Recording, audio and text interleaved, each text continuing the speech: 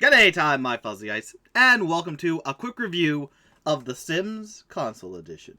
The Sims Console version for GameCube, which is the version I was playing, was released on March 25th, 2003 in North America, though the earliest version was on PS2 and was released on January 12th, also in 2003.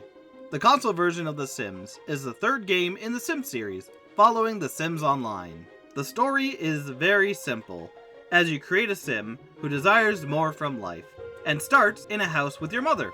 You must then do missions to progress to the next house with new missions. The missions vary, from fixing things to getting job promotions to buying things around the house, to other level/house based missions, such as getting married and having kids. You keep doing missions until you get the best house and can finally retire after doing everything and you win the game. The story is very simple, with the missions mimicking classic life goals that lead you through a nice life, from living with your mother all the way to retiring with your significant other. The characters are very simplistic in the game and have very little to do with each other than being something to interact with for gameplay mechanics.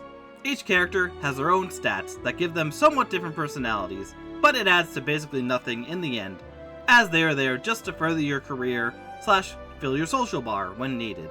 Even the bits where you get text from certain characters in story mode are basically just references to what you need to do for your end goal to complete goals in whatever mission/house you're in. And so it makes the characters not very remarkable, but still there. Basically, anything character related is just there for either gameplay or to add a bit of flavoring to the story, and there is not much else. The settings take place in various houses of different designs and sizes. Though being a life simulation game, you can change the houses to your heart's content, and are just places for the story to exist. Though all the houses are nice, well done, and very varied, it is up to you in the end if you just live through it or not, as you'll be leaving after you defeat the missions anyways, as you move on to another house with new goals. The game mechanics are a bit complex at first, though become very simple once you understand them and what you need to do. It starts by taking care of all your Sims' needs, and switching between them if there are multiple that exist in one household. You must make sure their needs are fully met by keeping their bars green, so they are happy.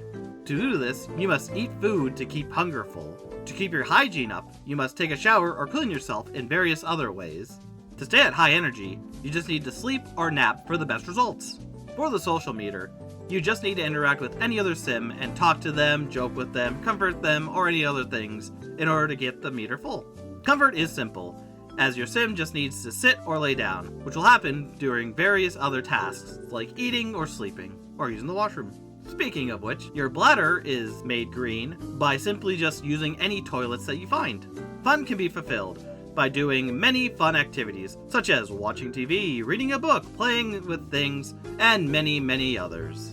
The room meter is kept green by having nice things in the room you're in, as well as making sure all the messes are cleaned up in that room. To satisfy all these meters, you'll need to buy various different items to fill the various different meters. But to do so, you will need money, or simoleons, to buy the stuff.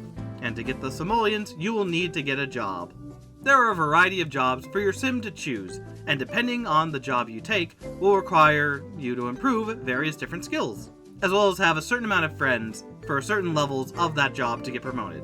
The first skill, cooking, can be improved by reading a book from any bookshelf. Next up, mech, can be improved by also reading a book from the very same bookshelf. Whereas creative is improved by doing creative activities, such as painting, sculpting, or playing instruments. Then for body, all you gotta do is use exercise equipment or swim. For logic, you must play chess or look through a telescope. And finally, charisma is raised by practicing a speech in front of any mirror.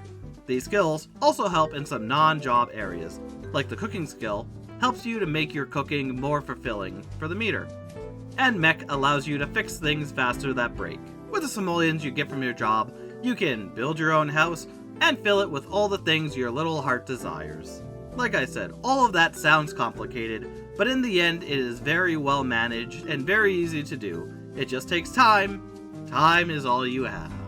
When it comes to legacy, this Sims game, the Sims console version, takes the main formula of the original Sims game, where you create a Sim and live in a house and fulfill their dreams, wants, and desires as they work, and you just do what you want. Though it does add a story mode in order for you to unlock new things and just have a basic story mode to go through. Overall, the game is limited in some ways, as it was released for consoles, and has no expansions, unlike the main series that is well known for having multiple expansions. Even with no expansions and being a more limited version, it is still a good introduction to those who want to play the series but don't have a PC to do so. And when it comes to the legacy of The Sims Online, from what I saw of it, it looked like it was just a grind-a-fest to make money and buy things and interact with other people, like in other classic MMOs. So yeah, while it's still the same Sims formula, it really is just an extension of the Sims PC, just given a story, as well as limitations for being on console, which is less powerful, or was less powerful back in the day. Overall, the game is a fine console version of the original Sims. Even if it has its limitations, it is still a fun time with a simple story with goals to complete, rather than just doing whatever you want, making your own house, and having your own goals. Although there is that mode in it as well. The story is simple, though it does a good job at giving various goals and levels to give you a good life progression, and some choices to go from living with your mother to marriage to retirement. Besides every sim having a personality with various different traits to put points into, to change the sim's overall personality, there isn't really any actual character development or much character at all, outside of the basic story text and progress. The houses all have various different sizes, looks, and furnishings. With you having the ability to edit the house any way you wish, you can make your vision known through no matter what house you are in. Though they are a good house to be in if you don't care about customization and just want to go through the story, with the only barrier being how many simoleons you have on you.